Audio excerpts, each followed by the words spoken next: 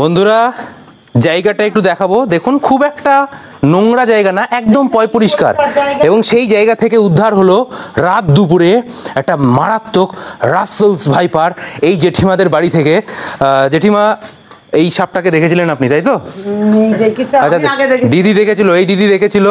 এবং কি এই গেটে তালা মারতে গিয়ে পা পড়ে যেত, তাই তো?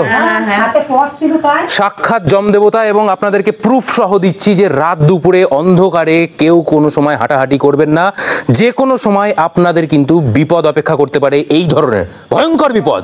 তাই অন্ধকারে যখনই আপনি যাচ্ছেন হাতে একটা টর্চ নিন, আলো জ্বালুন, হাতে একটা দরকার হলে লাঠি রাখুন। যদি ঘাসের মধ্যে দিয়ে যান একটু ধপধপ করে মারতে মারতে তারপর যান, তা নাহলে কিন্তু এরকম ভয়ঙ্কর চন্দ্রপুরা সাপের মতো যে কোনো বিষধর সাপেরই ছোবল কিন্তু আপনি খেয়ে যেতে পারেন যে কোনো সময়। তাই রাত্রিবেলায় আপনি হাঁটছেন মানে আলোর মধ্যে হাঁটুন, নাহলে বিপদ যে কোনো সময় চলে আসবে।